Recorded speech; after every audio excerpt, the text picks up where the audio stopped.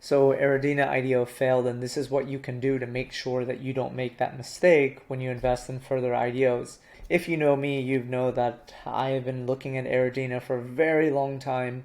It's an IDO gaming crypto project that sold out their NFT, got funded by big backers, and has been just crushing in development and everything like that. And I had even bought IDO allocations from OpenSea where you can buy the NFTs so that you can get higher allocations, but last minute I backed out because I was seeing too many red flags. And these red flags applied to other crypto projects too. So the first one is that there was a lack of communication on everything that was going on.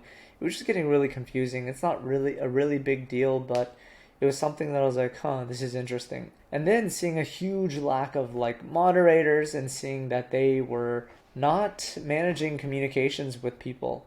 To me, that's something like, do they really care about this project? And something I saw a month or two before, they were looking for a marketing person to come in and do guerrilla marketing tactics to enhance their project, which of course this isn't a problem, but just kind of the wording. And then seeing that right after that, I was seeing things like fake accounts talking in the chats, which is just like it's so old school. It's something that's like shouldn't be done anymore. And to see that was a little bit disappointing. But alongside all the lack of communication, the fake chats, all of that was going on, it was also knowing that the game had too big of a hurdle. So like when you're trying to play a game, you're not trying to download a bunch of extra junk and then like play it. And what more if the game isn't amazing? And so for me, seeing that the game was you had to download Elixir, it didn't work for Mac iOS. It's like why? And then on top of that, once you download it,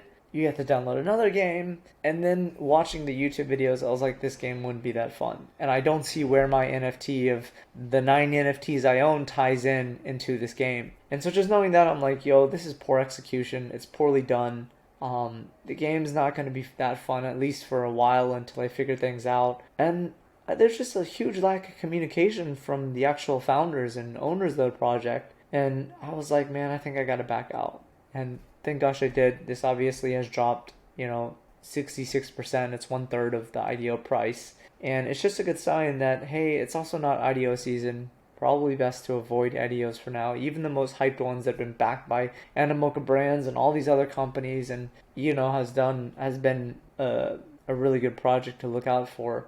I think if they had just waited for a bull market and launched during a bull market, they might have been okay and they might have done well. I don't know what the rush was to just get funded more, I guess, but they didn't even raise that much from this. But I would always be checking the chats, right? Because it doesn't make sense if you're going to invest in something and not do your due diligence. Especially the market cap was kind of big for what was going on and seeing the token unlocks, which I break down in my other video. But I would just make sure that if you did invest, you look at what went wrong and what your mistakes were so that you don't make the same mistakes again. And if you didn't invest, good for you.